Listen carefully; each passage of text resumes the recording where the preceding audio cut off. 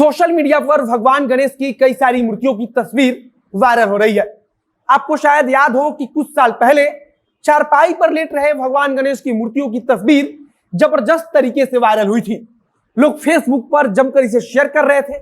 शायद ही आप में से किसी ने यह जानने की कोशिश की हो कि आखिर इन मूर्तियों के पीछे किस कलाकार की कल्पना है। चारपाई पर भगवान गणेश की कई सारी अलग अलग मुद्राओं में तस्वीर वायरल हुई थी और इन सब तस्वीरों के पीछे पिंटू प्रसाद की कल्पना है। इस बार पटना में एक मूर्ति चर्चा का विषय बनी हुई है, जिसमें भगवान गणेश टीम इंडिया की जर्सी पहने हुए हैं और अपने हाथ में बैट लेकर बैटिंग करते हुए नजर आ रहे हैं। उनके बगल में उनका सवारी चूहा भी है जो गेंद फेंक रहा है।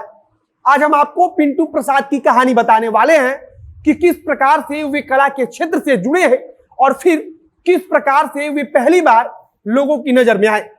साथ ही हम आपको यह भी बताएंगे कि अगर आप मूर्तिकार बनना चाहते हैं या फिर इसमें आपकी रुचि है तो आप अपना कैरियर किस तरह से किस दिशा में बना सकते हैं, वह कौन से संस्थान हैं जहां इसकी पढ़ाई होती है। सबसे बड़ा सवाल कि अगर आप मूर्तिकार बनना चाहते हैं तो फिर आपको कहां नौकरी मिल सकती है। इन सब पर हम आगे एक एक बातचीत करेंगे। अब नमस्कार, मेरा नाम है मोहित कुमार सिंह और आप देख रहे हैं हमारा विशेष कार्यक्रम एक्सप्लेनर।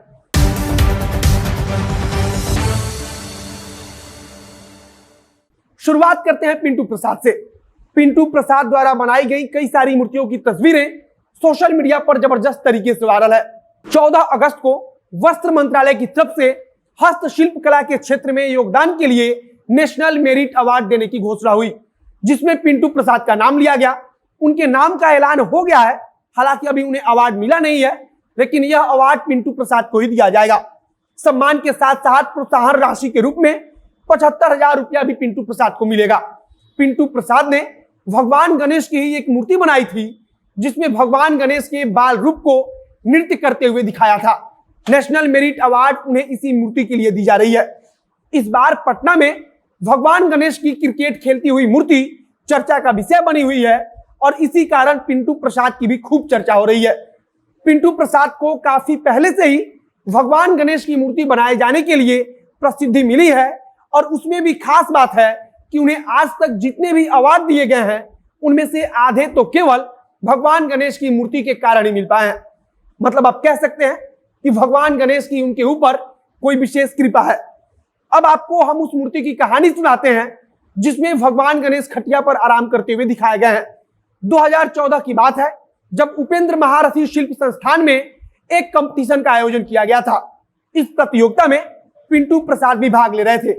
उन्होंने भगवान बुद्ध की एक मूर्ति बनाई, लेकिन उनका चयन स्टेट अवार्ड के लिए नहीं हो पाया। इसके अगले साल यानी कि 2015 में फिर प्रतियोगिता आयोजित की गई और इस बार पिंटू प्रसाद ने खटिया पर आराम करते हुए भगवान गणेश की मूर्ति बनाई।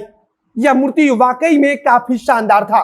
उनका चयन स्टेट अवार्ड के लिए हो गया और इसी के साथ उनका यह सफर आगे चल पड़ा। 2015 के बाद पिंटू प्रसाद को विशेष तौर पर भगवान गणेश की मूर्ति बनाने के लिए लोग अनुरोध करने लगे।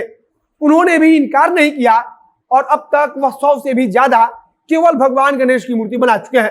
अभी आप अपने स्क्रीन पर जो मूर्ति देख रहे हैं, इसी मूर्ति के लिए पिंटू प्रसाद को नेशनल मेरिट अवार्ड देने की घोषणा हुई है।